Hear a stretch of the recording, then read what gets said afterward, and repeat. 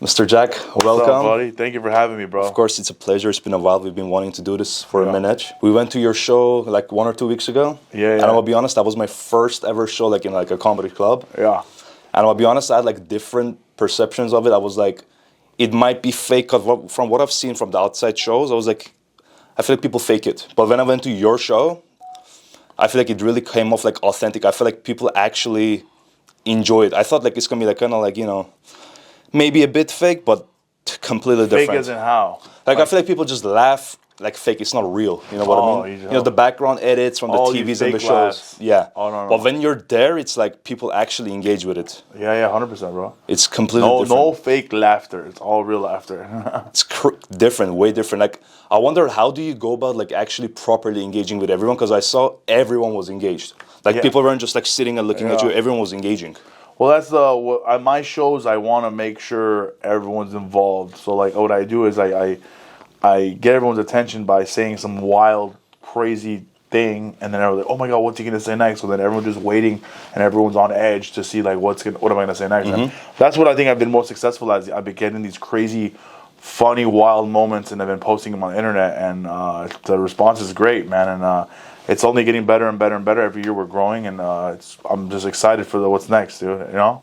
Absolutely. What was like the first year that you noticed? Okay, like things are really taking off.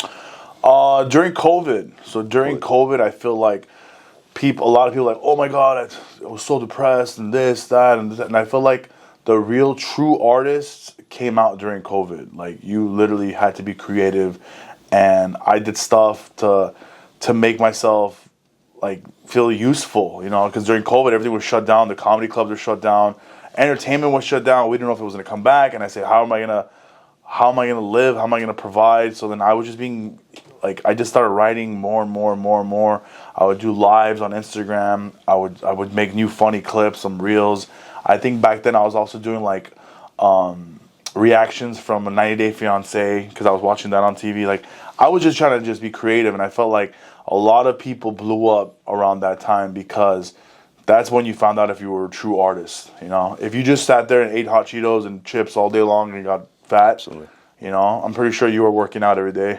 Thank you. You look like you work out a lot. Trying to get in there. He's wearing a size medium. Are you medium or small? I'm small. Yes. No, this is medium. Yeah. You know, my cousin always says you're always wearing like baby T-shirts. I mean, I get the point. You get big muscles, bro. Yeah, trying to, you know. That's cool, man. Do you know like Persian Armenian food? Yeah. Gorma sabzi? Yeah. I think it's the gorma sabzi gains. Oh, is it? Yeah, it's the gorma That's sabzi funny, gains. man. Nobody, you're literally you're what I think I look like. I'm trying to get my stuff together, dude.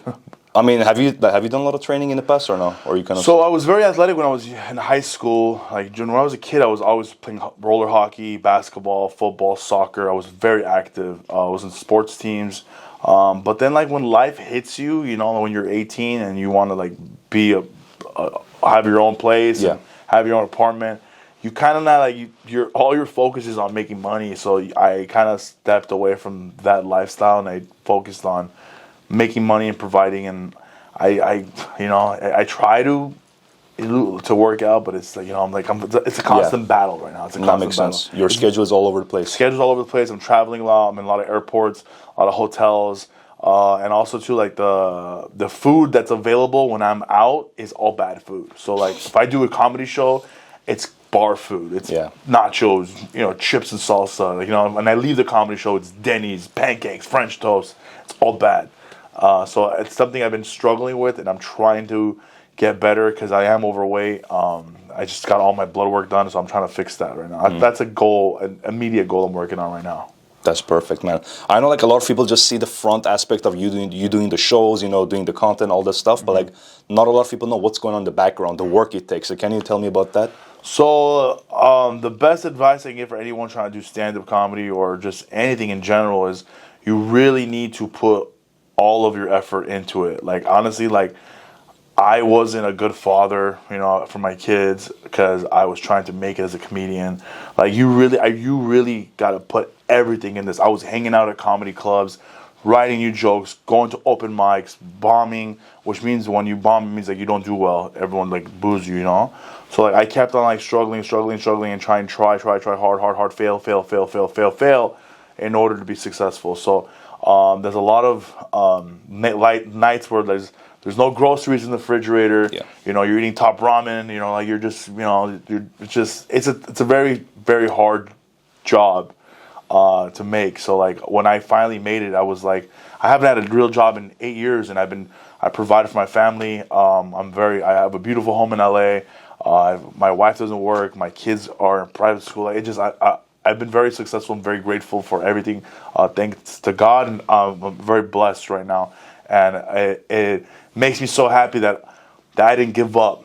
You know, I kept failing and pushing forward, and here I am today. And I'm just very happy to see, like, you know, what's gonna happen. You know, I personally have seen your rapid growth, because I remember, as you said, COVID times like just went fast. So I just want to say, like, you know, congrats on your progress and all the success you got. Like, very important. Yeah. And I've seen a lot of people, you know, they want to go for what they want, their actual passions, all those things. And unfortunately, a lot of people give up, you know. And the fact that you stuck to it 8 years constantly, you know, do your thing. Yeah, 16 years. 16 years, and then 8 years you've just been focused on like comedy. It's just so like beautiful. 8 years ago, I finally started making enough money where I quit my job.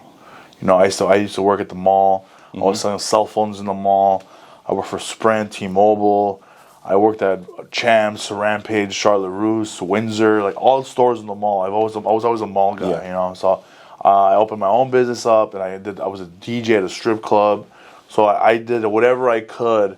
I also did some other stuff. I was hustling on the side, you know. But I think that's one thing that's very cool about being Mexican and Armenian, because Mexicans are we're hustlers, man. You know, I'll tell you, you'll never see a homeless Armenian or Mexican. You know why?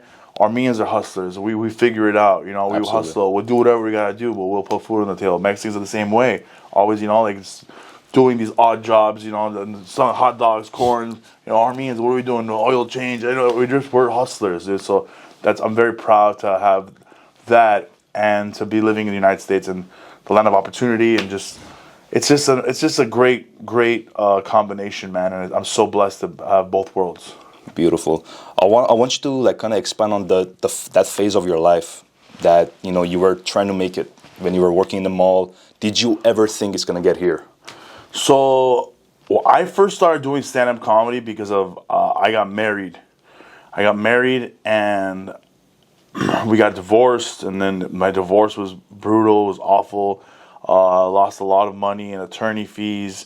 She took my son away from me, and I was very depressed. So I started doing stand-up comedy as like a therapy, you know. So at first it was just a hobby and therapy just for me to get through the day, because I was very sad. I was very depressed. I was on substances. I was on alcohol. I was just in a really dark place, and comedy was very therapy for me. Like, I just got it all out every day. And then when I got my first laugh, dude, I think I said my first joke that people actually laughed was, "Hey guys, what's up? I'm half Armenian, half Mexican. I'll sell you a cell phone, but I'm gonna steal it right afterwards." So I did that joke, and it was like, I was like, "Oh yeah, like, you laugh. See how you laugh right now?" Yeah. That feeling was like, "Oh my god, that was my new drug.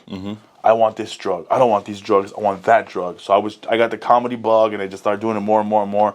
So once I started making money, when I would go do a spot at the comedy clubs and they give me $50, I'm like, "Oh, I made $50 to tell a joke." That's crazy. So you could do this? You can make money? And then that's when I learned the business side of it. So I started running my own shows. I produced my own shows.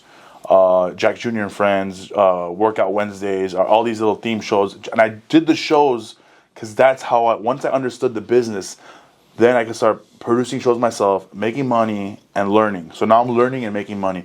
And I did it more and more and more. And here we are today. I learned social media. I learned editing clips, like this, podcasting, all that stuff. And that's all it is, man. Like, so right now, like, did I think it was going to happen? Really? I probably not. But like, here we are today, and like now I know. Like, I remember. Do you know what's crazy? When I first started, all I wanted to do was go on the road, open for a headliner, and sell my T-shirts after the show.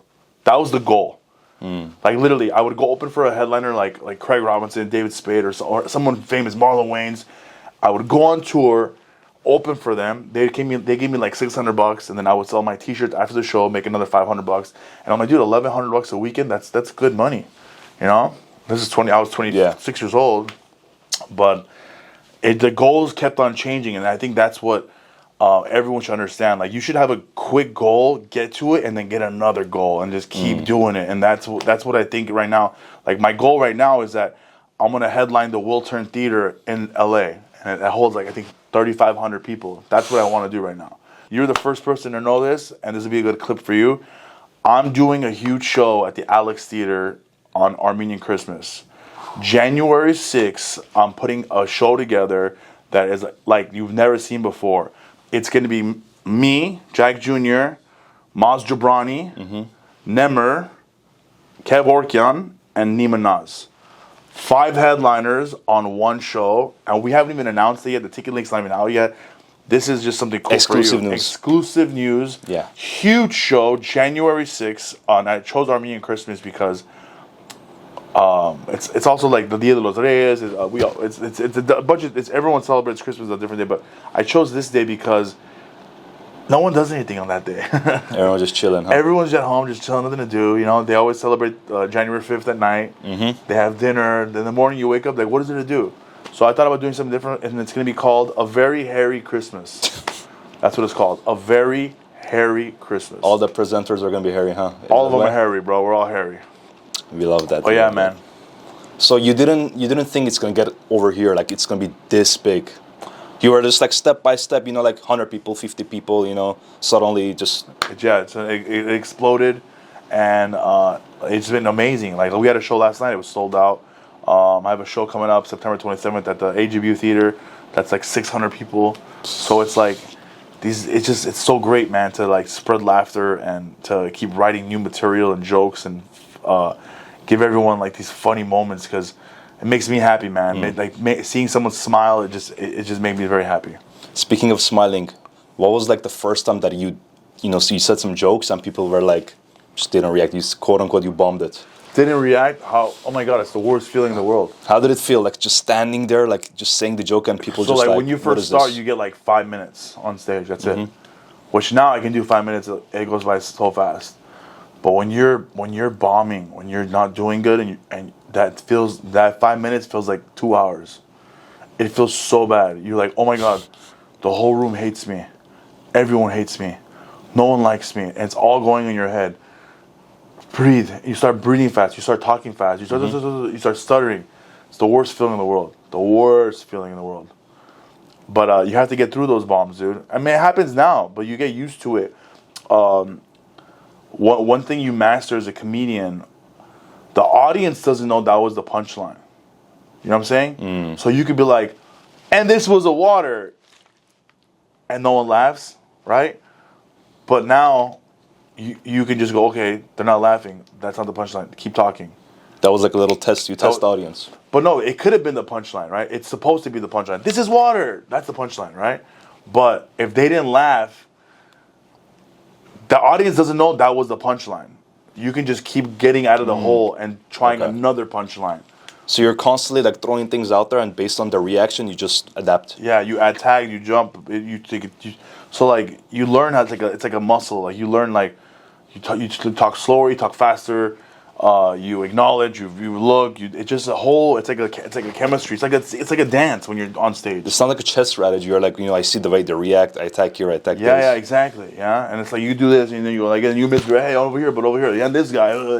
It's a whole thing. It's like it's become like something that like I don't know how to explain it. Like it's like you're doing like a conductor. Like and it's something. It's like it's the best feeling in the world when you get flow state. When you get laugh over here, laugh over here. Now everyone laugh. So it's great. How many of your jokes are actually written, and how many are just like freestyling? I'm so curious. I have over 3 hours of material that I've written, like jokes, like my jokes of like I talked about like I used to date this girl, right? I dated this girl, man, and she was like one of those bougie girls, man. She used to always like be like her house was disgusting though. She was bougie, but her house was nasty. She had like empty pizza boxes everywhere, dirty dishes in the sink. But she was bougie. Like one time I came over, she's like, "Can you please take off your shoes before you come in here?" I'm like, "Bitch, do you want me to clean your floor with my socks?" Like I have like jokes like that, but I have jokes about Armenian. I have jokes about Mexicans. I have jokes about Venezuelans. I have jokes about everybody. Yeah. So like, and I just think of stuff. Like today, I wrote a joke. Today, I I wrote this today, and I put these thoughts in my folder. Like and a note section, huh? Yeah, like a note section. That's it. I have phones like this and notebooks, and it's just ideas. Like I wrote this the other day. I said so growing up, I used to watch Family Matters and Fresh Prince of Bel-Air. You know the shows? Fresh Prince of Bel-Air, Will Smith. Okay, it's you know I'm that terrible show? with shows. She knows that show. So for the audience, I used to watch Fresh Prince of Bel-Air as a kid, just so I would feel like I had black friends. just it's just because it's a funny show, but makes sense. But growing up in Glendale, you know, we don't really have any black friends in our school. I went to Armenian school. I went to all Armenian school. I didn't have any black friends. So I just that's just observation jokes, you know, and it's the best way, man. Tell me about because like I know you've made a lot of jokes towards Armenians, Mexicans. Has there been a time that, you know, like personally I felt like in our culture, most of us Armenians, we don't know how to take a joke. We are very defensive. Very defensive. We take things super personally, even the smallest things. Yeah. So in your show, I saw that wasn't the case. Everyone was handling the jokes very nicely. Yeah. How did you go about that? So that was a challenge of mine. When I first started doing comedy and I first started talking, people wanted to fight me. Oh, that's so bad. They get so mad. Yeah. What are you saying? Oh, my wife is here. My sister is here. And you're using that language? Who are you? Like, you know? So it was... all those people that like were mad at me, it motivated me. I said, okay, I want to piss everybody off. And I feel like we need to evolve. This is comedy, you know? Because that's what we do as comedians. We find what's bothering somebody and we blow it up. You know what I'm saying? Push the buttons. We push the buttons, man. We push the buttons. And I took it to a whole nother level, man. And some of these videos went viral. And it's good, man. Comedy is very healthy, and especially for our culture that doesn't laugh very much. Absolutely. And everything in Armenian culture, everything is sad. The music, the church, everything's sad. Everything's sad. So we need more happiness, and I've been lifting us up. I've been traveling around the world. A lot of people don't know what Armenia is, and I'm teaching them that. I'm teaching who we are. I'm saying we're Christian people. We're peaceful people. We're surrounded by people that want to kill us, you know. During COVID especially, I used my platform to talk about what was going on in Azerbaijan, how they were killing us, and no one knew it, man. Kind of like what's going on right now in Gaza, right, with Israel. But we were the first ones. We're always the first ones. We were the first ones 1915, and then the Jews had their you know what I'm saying? So it's like, I just feel like we need a voice, man. And I was that voice for a while, and I get so many messages. Oh my God, thank you for using your platform. I know it's not a million platform, but you're using it and you're spreading awareness, and that's what it was about, man. Our people were dying, and we needed some voice. The news wasn't showing it, so I did my part, and I'm very happy. I'm very proud of it. I want to take it back. You know, you can see the videos are on my page right now. Yeah. And I got a lot of messages. I got a lot of hate from these countries that don't like us. A lot of the people there that are just messaging me mean things. We're going to find you. We're going to kill you. And I said, I'm pretty easy to find. I have a schedule. Just show up to the event. You know, buy the ticket though. Yeah, buy a ticket. But yeah, man, it's been great. Okay. I know, like with Armenians, because you said like we are just, I don't know, this is what I understood from our own culture. I want to hear your perspective. We love to just sit on that pain and just think about the negative stuff and not think about the positive stuff and the good stuff. And I also noticed our culture, we don't like to, you know, celebrate the people that kind of stand out. We like to just hammer them down until they get to a certain level. They're like, oh my God, we knew you, like, you know, you're this. Yeah. I'm sure you experienced that firsthand. I think that's with any culture. Yeah. And I don't even think it's with the culture. I just think people are just, I think everyone is miserable sometimes, and they just want someone to blame, you know? So they point the finger because it makes them feel better. Oh, yeah, and then look, who's this guy? You know, I got so many messages saying that you're not even Armenian, you're Mexican. You know, you're not even Armenian, you're Mexican. Stop. Why are you talk? Or even the Mexicans are now saying, oh, all he is he's not even Mexican, he's Armenian. Like, I'm like, you know, like, I get it from both sides. Yeah. So I realized that everyone's right. I'm not Armenian. I am not Mexican. I'm both. I'm Armex. I'm a Mexamenian. I'm different. Mm-hmm. I started my own little thing. That's why I wear both proudly. You know, I'm American, but I wear both. And I think that's how it is, man. I think everyone should stop trying to please everybody and just make yourself happy. Once you're happy, everyone will be happy. Because I still deal with it all the time, man. I get messages all the time, bro. I start, you know what I started doing? I start sharing them. The DMs I get, I screenshot it and I post it. I go, look what this person said to me. And then I have the fans attack them. You know? You know, like, recently I've got like those first phases of those like hate messages and hate comments and hate DMs. And personally, I'm the type of guy just to ignore it. I'm just like, ignore. But like sometimes it gets way too much traction. You feel the urge to respond. Have you ever had that? I always respond. Yeah, you always respond? I always respond. I respond to everybody.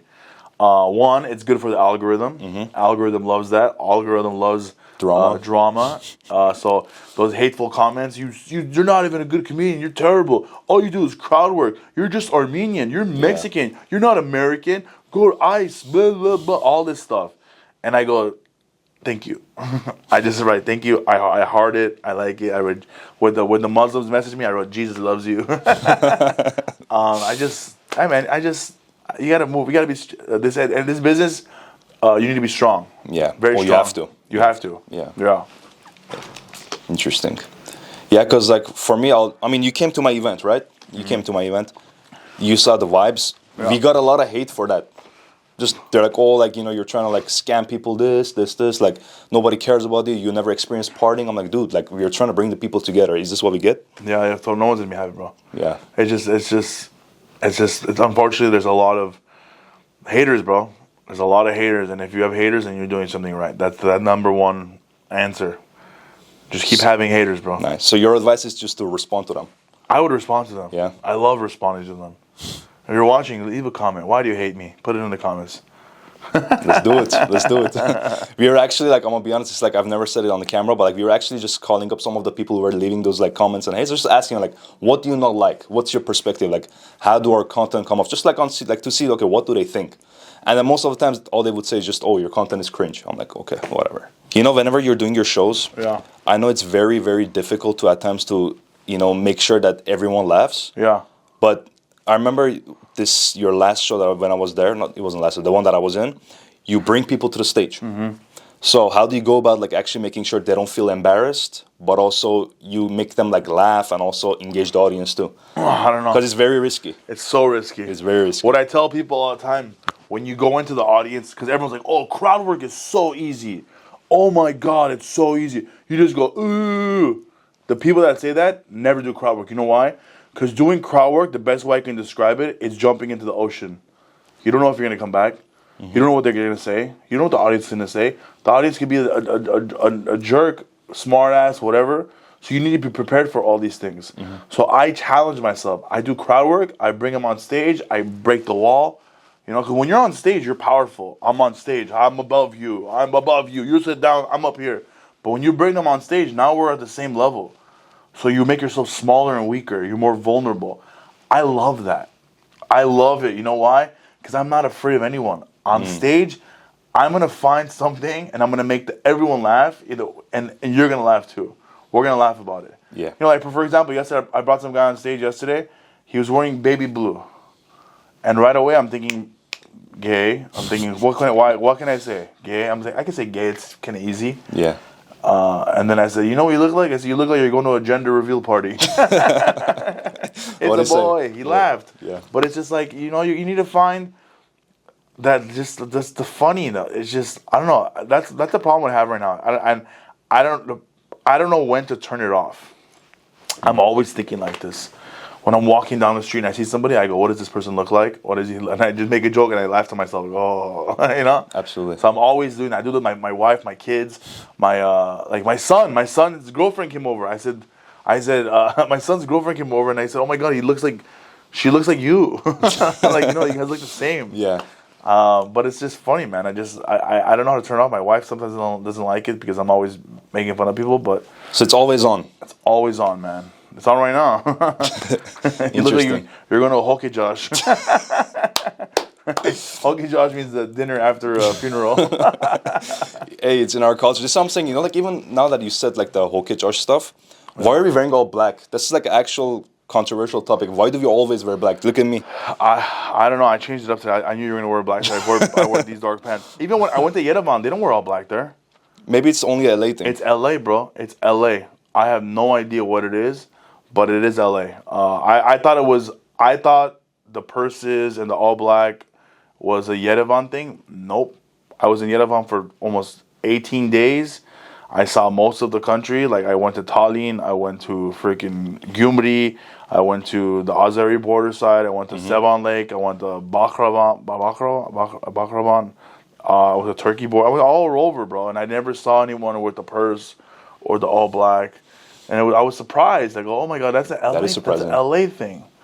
I was wild. Well, I don't understand the reason. So when did you start dressing like this? I have no idea. I have genuinely no idea. It just happens. That's crazy. I never planned it. Like, you know, like sometimes you're like people intentionally try to copy each other. Yeah. Or maybe I just did the monkey see, monkey do thing. I just looked around. I do the black because I'm fat. Yeah. You are in a good shape. You can wear white. I can't wear white because I'm 2XL. When you're 2XL, you can't wear white. I feel like you can pull it off. No, I can't. I've seen it. I look like a ghost. I look like a fat ghost. I mean, I don't know this whole black thing. I don't know who started, but shout out to you. Leave a comment. Let's see who started it. This guy, he looks like you're like a bouncer at an Arad party. Funny, man. Funny. So, you know, like in our Armenian culture, I don't know, you might have noticed this too. I feel like we have this tendency of hating on growth. We don't like growing. We don't like developing ourselves. We feel like it's just, we are perfect already.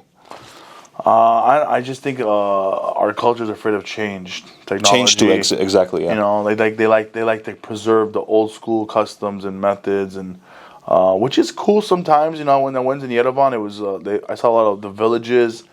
I'm like, wow, these people like they live off the land. Like, literally, they grow crops, they trade with neighbors, and they live off the land. Like they're like, this juice, I made it. I go, wow, like, you know, like I can't live like that, you know. Like I need to go to Starbucks. You know what I'm saying? Like it's a beautiful tradition, and I think some things are meant to stay sacred, and some things are, you know, we need to grow. You know, you know, like we're not Amish. You know, we want cell phones, we want electricity. You know, so I don't think that's just Armenians. I think everyone just likes to keep a little bit of their home. You know, like their old customs. You know.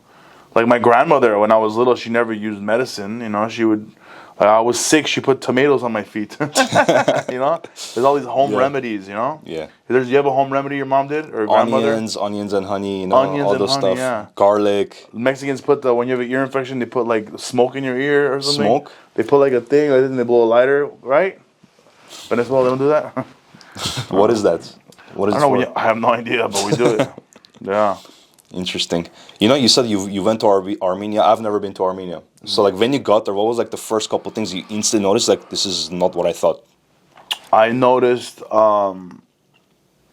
everyone smokes. Everybody smokes. I noticed that. I noticed they love watermelon. There was so much watermelon. I don't know because it was the season, but it was, like, after every meal, breakfast, lunch, dinner. Coffee, watermelon, cigarettes was, like, the number one thing. That I noticed immediately. Kebab too. There was a lot of kebab everywhere. On that grill. Everything. And I do a joke about this on stage. I go, dude, I even went to a Chinese restaurant, sweet and sour kebab. But yeah, it was beautiful, man. I'm definitely gonna go back in a few years and do like a big theater over there. I'm excited about that. You have to, man. You have to. Yeah. You have a huge audience there too, right? Huge audience, man. I was surprised too. When I was out there, I was like, how many locals are here? And like half the room. I'm like, no way. It's amazing, dude. It was amazing. It was such a good feeling, man, to walk down the street and get recognized. It felt so sweet, you know. It was beautiful. Different. To be in a country you've never been at, ever, and to walk around in the city in Yerevan, and people ask you for pictures, and oh my God, can I get? Just like it felt so. They treated me like a king, man, and I love them. I love the people in Armenia, and not just Yerevan, all over, everywhere. I went into the villages. They welcomed me to their homes. I ate food with them. I remember I was in like near the Azeri border in Bakravan, I believe. Bakravan, you know the city? I think that's what it's called. Bakravan, yeah. And then they have a dog or a cat. I don't know what it was, and I got allergic, and I started breaking out in like allergies, and I couldn't see, I couldn't talk, I couldn't breathe. And I go, do you guys have Benadryl? And it's a village, bro. Like it's a village, and they go, oh, Benadryl. And I try to say it in Armenian, I'm like, Benadryl. So what did they do? What was their solution? They gave me vodka. They called O, right? Ori. Ori. Yeah. I'm like, Ori, onions? And he goes, no, vodka. They made me take a couple of shots of vodka, and I was fine.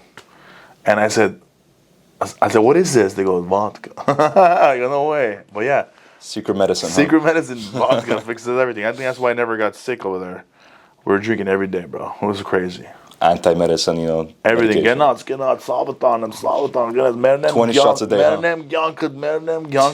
Which means I'll die for you. I die for you. I die for your life. Basically. I die for your life. Yeah. That's wild. Yeah. They're saying it to each other every day, every meal. Every meal. I'm like, all right, take it easy. I have kids at home. I gotta go back.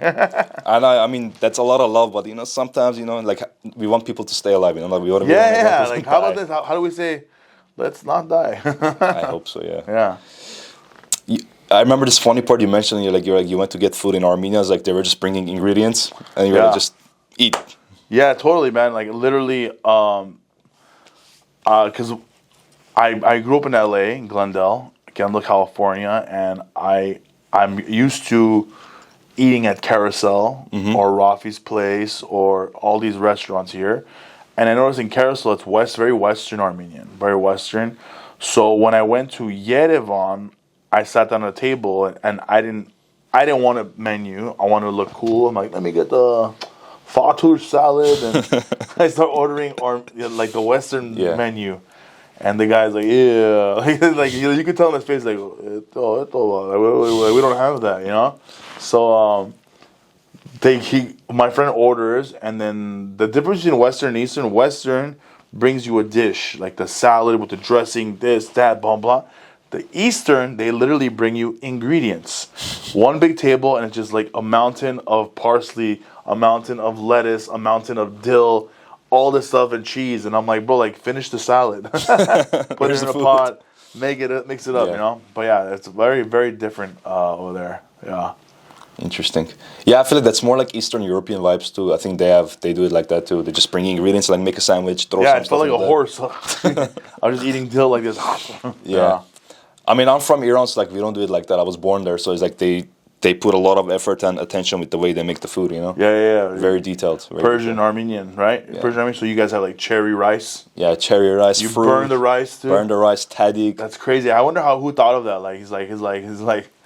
What if some guy just burned the rice? He goes, "Oh, there we go. Okay, flip it over." Art. Yeah. I feel like Persians are like just super good at just finessing their way. Like they're like, I burnt this, but you know what? I call this tadik. Just eat it. It's good. Yeah. It's okay. Don't worry. Flip it over. Okay, it's good. It's crunchy. It'd be like that, man. It'd be like that. Yeah. Was it like when you went to Armenia? Was it the first time that you really felt famous? No, I mean, I've done a show in another country, yeah. In Glendale is very similar to Armenia. Yeah. So there's a lot of Armenians here, so I get recognized here a lot. Like on the way here, I got stopped by like 4 people. Like it was, and you know what I love? Because the younger generation knows who I am, but when it's the older people come up to me, it feels so cool. Jack John, Salvatana. It's like, I'm like, all right, hell yeah. And it's like an old dede. He's like 60 plus. He goes, I iPhone. It's like, I always see you on my phone. I was like, yeah, man, thank you so much. And that's probably one of my favorite moments when people that I wouldn't think knew who I was, Like I was in New York recently. And this homeless guy got up. He's like, Jack Jr. I go, what? I go, what's up, dude? He goes, yo, man, you funny, bro. I go, no way. He's like, I'm like, hey, man. I didn't know he was homeless at the time, He's like, man, you funny, man. You gave me through the day, man. You really funny, man. Thank you. And I go, oh, for real? Hell yeah. And then he went and walked back to his little homeless thing. He was in a little, like a corner. Like a tent or something? Not a tent. He was just on the floor. And then I took some money, gave him some money, but... the fact that he knew me, I was like, how does he watch me? Where's the phone? It's pretty wild. It was pretty cool. Yeah. Yeah, you see, like those type of moments, I'm sure give you a lot of motivation. You're like, that one video can change someone's day, life. Exactly. One video will change someone's mood, someone's day, how it's going, and that's why I like to keep my page fresh and posting content daily. I post content daily, whether it is to motivate you, to make you happy, to make you sad, whatever it is. I'm trying to build people, you know. And also, I've been collabing lately with other businesses too, helping them with their needs and wants. You know, like we had Car Star Motors that day. We promoted him. Shout out to Car Star Motors, Aaron Baroni, real estate agent. Thank you too. LA Water Solutions, and Edwin Nakopian Log. You guys all, like, these guys like believed in me. They support me. They come to my shows, and I help them. They help me. It's a win-win, man. And I feel like that's how we need more of that in the world, man. A lot of people need to help each other and grow and grow and grow. And I think that's what's going to take everyone to the next level. You know, surround yourself with good people that want you to win. You know, and I have the closest people that my closest friends. When I first started doing comedy, I don't even talk to them anymore because I thought they were my friends, but they were literally not my friends. They didn't want me to be successful. You know, it's a lot of haters, bro. A lot of haters. Yeah. Your hater could be right next to you right now. You have no idea. I don't want to say like I've gotten to that level, but I've noticed a lot of those things that I just see, like friendships fall apart, people betraying. Yeah, man, they're gonna hate on you. Why? You know why? Because you have your hair, you got muscles, and you're tall. You're a good-looking guy. Thank you. And you're not. Are you gay? No, man, no. There you go. He's not gay. He's just Persian. I just escaped the, what is it called? But I'm just saying, like, okay, he's just Persian. I'm just saying, like, he's a handsome guy, man. So he's gonna get a lot of hate. Yeah, we have a hate page actually on TikTok specifically for us. Yeah? Deadass. We have like a hate page for us. That's amazing. By Armenians. For you and for my group, basically. What's your group? So initially, when I started this, like, I'm gonna ask you your perspective. You mentioned you're very big on bringing people together, collaborating with businesses.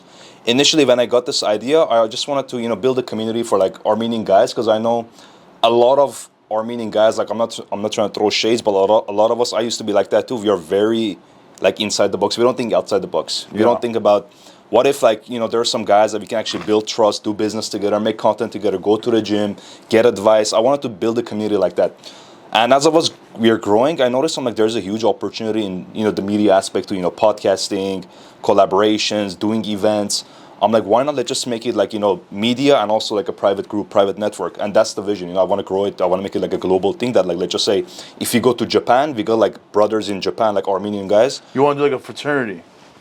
That was the initial vision, but like I want to grow it to like a media like network at the same time. Like we can host events, people come through, and I feel like we really lack that in the Armenian community. Like, I posted a video, me and Hamlet, we were talking about it. Like, there are not a lot of Armenian events that we can just go meet there, talk to people, maybe whether it's business or just maybe finding your love of life.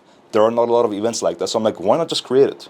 So that was the vision behind this whole thing. And obviously, when we started going all out, it took us 7 days to go from like 0 to 100, like with the whole event. And the community, the idea has been there for like 2-3 years, but I just acted on it like this past 3-4 months after my breakup. Breakup girl, what can I say? But that really pushed me to start the community, and then you saw the event, the podcast, all those stuff. So this is the vision, basically. Yeah, man. Honestly, you're gonna have haters no matter what you do, so just keep on doing it. And there are events that connect, but it's like the problem is everyone grows up. You know what I'm saying? Yeah.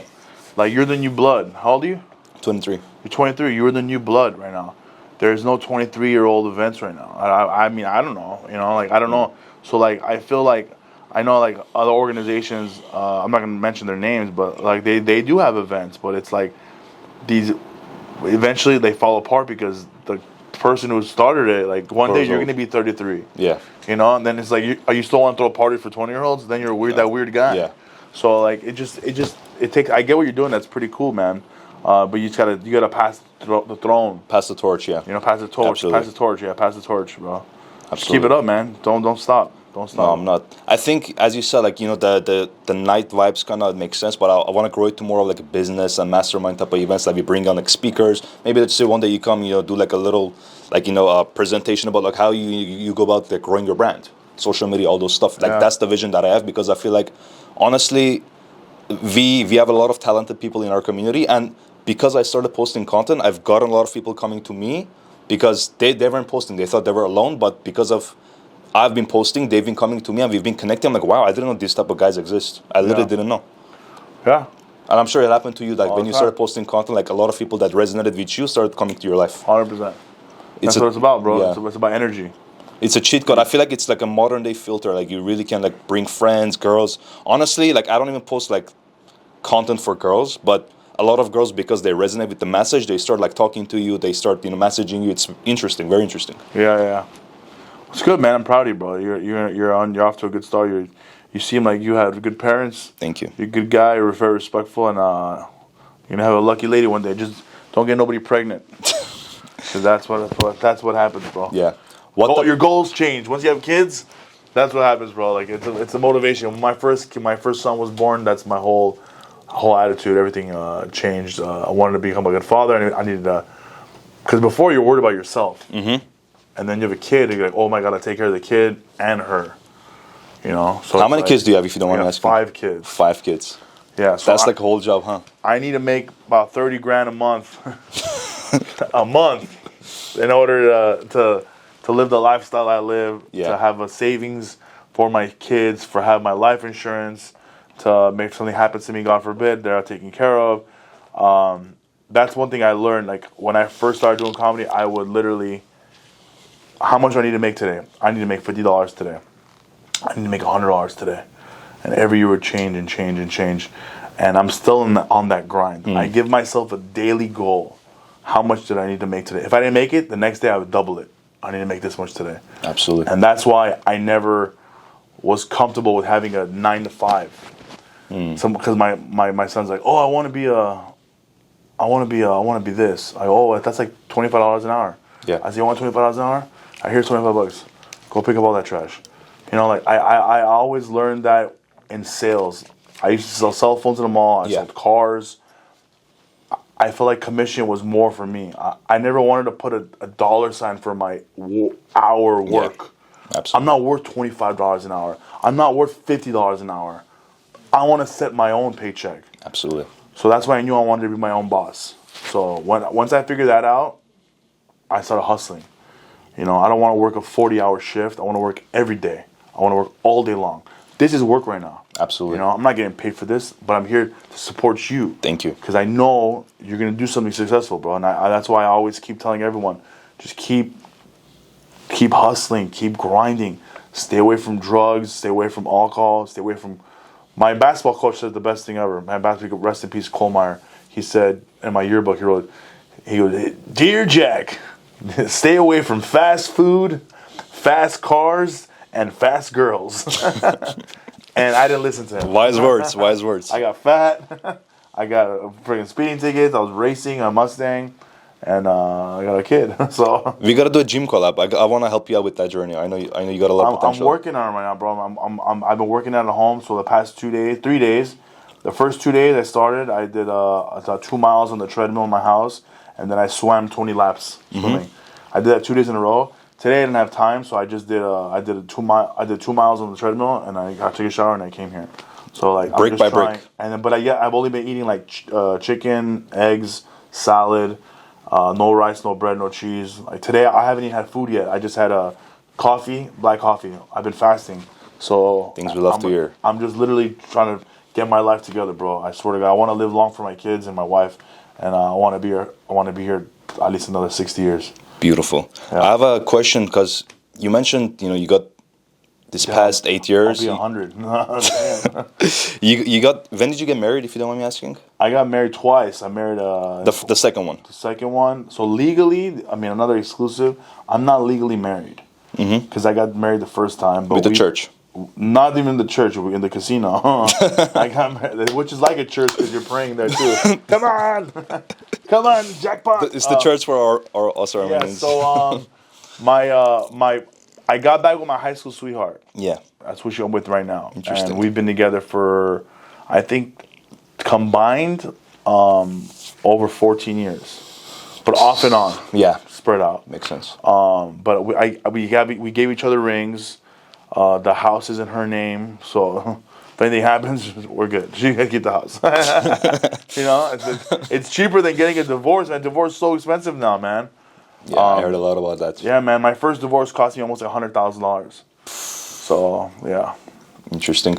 How do you feel like picking the right woman can change you? Because like I feel like these are topics that in our culture we don't really discuss it. Like we made videos, like we were talking to girls, doing public interviews, asking them guys also about the whole dating situation in LA, and it's very complicated. I know like you're like a different generation, I'm a different generation, but how important it is for you to pick someone that's gonna push you to become better, whether it's towards your goals, your health, everything.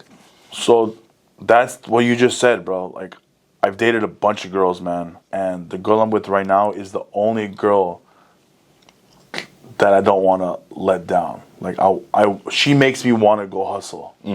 Like, she gives me that fuel, like she believes in me, and that's very rare to find. She doesn't like, what she does. I knew she was the one when I bought her a Louis Vuitton purse, and I bought her a new washer and dryer. And she was more excited about the washer and dryer. Then I'm like, yeah, this is the one. You know what I'm saying? Absolutely. Every year now, I'll get her like a perfume and a vacuum. She goes, yeah, vacuum.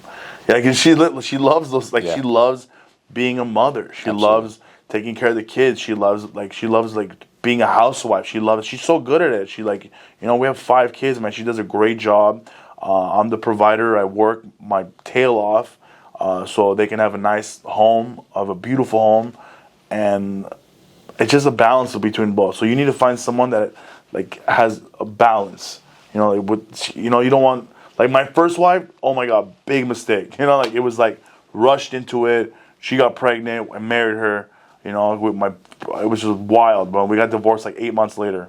It was just passion. That's all it was. A lot of emotions, but then the principles weren't there. No principles. So you just gotta find someone that just makes you feel empowered. Yeah, that supports you. When she calls you, go, oh, you know what I'm saying? Oh, here we go. Oh, hello. Argument. Yeah. I know I joke around about her a lot, blah, blah. She complains, but I mean, relationships, we all complain. You see someone every day, you're gonna complain about it. So. Good luck, bro. I hope you find someone. Appreciate it. Maybe we have to go outside of America. Who knows? There you go. What would you say? Let's just say people in their 20s, the single guys. Let's just say, right? Give them what piece of advice about picking the wrong woman to avoid that situation, to kind of avoid those situations, and also one piece of advice to pick the right woman. The only way you're gonna find the right woman is by going through a bunch of wrong ones. Just get into the fire. Just burn. You literally got to date and date and date, and you got to see what matches. So you might want. I want an Armenian girl, but you tried and it didn't work.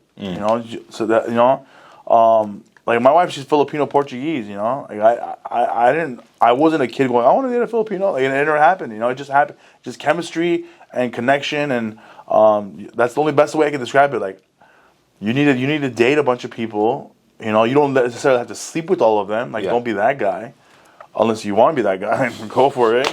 But you can just literally meet people, go out, travel the world. Don't just date in your community. Yeah. Go to New York, go to Chicago, travel, go out of the country. Go live your little. I'm always telling my sons right now, they have girlfriends now. I go, bro, my son's turning 21, take him to Vegas tomorrow. He wants to bring his girlfriend. I go, she's not coming. I go, this is our time, we're gonna go strip club, yeah. But I'm just saying, I just want. They need to experience life, so absolutely. You need go to Europe, bro. Go for 6 months. You have no kids, no girlfriend. Go travel. Work your butt off all year long and take the summer off and go to Europe.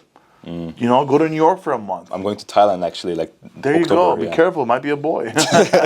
But I'm just trying to say, travel. Yeah. That's the best way you're gonna find your true love. Absolutely. And she might not be here. Yeah, you never know. You might make a little Thai Armenian baby, a little hairy Asian baby. Yeah. Hopefully, it's not the rainbow community, but let's just say straight. Yeah. Hopefully. Yeah. God willing. That's a very good piece of advice because I'm gonna be honest. Last year, I went on a road trip, and I was talking to a girl, and then when I went to a road trip by myself, things happened. She flew there, and then suddenly we're in a relationship. That's it. It's crazy. And then it's just life just changes so fast. Things come and go. It's very interesting. She's calling you every day, and calling her every day. want to see you every day. I miss you too. Yeah. I miss you. Do you really miss her? No. It's something new, you know? I think you remember, like earlier in the conversation, you said it was all feelings and emotions and just fired up, but not a lot of principles. Yeah. I think that was like similar situation like that. That, you know, you go through it, you learn through it, and like it was everything happened so fast. It felt like the timeline doesn't exist now. It just happened and it's gone. I think with men too, when we're young, when you're in your 20s, Yeah. like you want to have sex. That's what you want, right? Yeah. So you're trying so hard to have sex. Like you want to have sex. You really want it. I want to have sex. And all you're thinking about since you're like 15, as soon as you get your first boner, you're like, I want to have sex, you know, want to have sex. Testosterone exploding, So you finally have sex, and you're like, I love her. She's the one. I love her. Oh my God. Marry me. Be my girlfriend. And you see, you know, because you're getting sex every day. Yeah. But I feel like if we control that and we don't really need to have sex, we can actually find the real person we want to be with. Absolutely. Lust is a big thing. Lust is a big thing. Big thing. And I'm a victim. Like you know, like I thought about me when I was a kid, bro. You know what I'm saying? So like I just think like if you have kids out there, and I have 5 boys right now, man, all boys, and I'm trying to tell them like they all have girlfriends and they all love them, and which is cool. I'm happy for them. But in reality, you know, they're 16, 17, 20. You know, like, I want them to experience the traveling, this, that, you know? So, we'll see, man. We'll see. I'm trying to be a good dad here, bro. I feel like you have a lot of experiences to share, so I think they're going to learn a lot for sure. Thank you, man. Absolutely. I think, loss is, like, a big thing because, I'm going to be honest, recently, like, I cut off women, and some girls were hitting me up, like, oh, like, let's go out. I'm like, I'm on a dopamine detox right now. Oh, wow. Just saying literally like that. And I feel like when you're detached yourself from, like, those lustful desires, you really like connect with God more, like you feel like more grounded as a man. And when you start judging girls based on who they are as a person rather than just looks, oh, she got nice titties, nice ass, oh, what else? What about after that? Yeah. Like what are principles, values, or goals, or ambitions? Is she even aligned with you? Yeah. Like I think that goes a long way. And as a lot of guys ignore it, including me. Yeah, man. You seem like a good guy, bro. Thank you. Yeah. To leave things off, like I want to ask you like a final question. Yeah. What type of impact do you want to leave in the Armenian community? I feel like I've already left a small little mark already. You know, I feel like I left a small little mark. I feel like I brought a different, because we have Armenian comedians. There's been a bunch of them. You know, Vod Berberian, very very funny comedian. There's a lot of them. I don't want to. Now I'm gonna have to say everybody's name. They're gonna get mad. There's so You many. didn't say me. I know, that's what I'm saying. They're There's a bunch of Armenian comedians right now, right?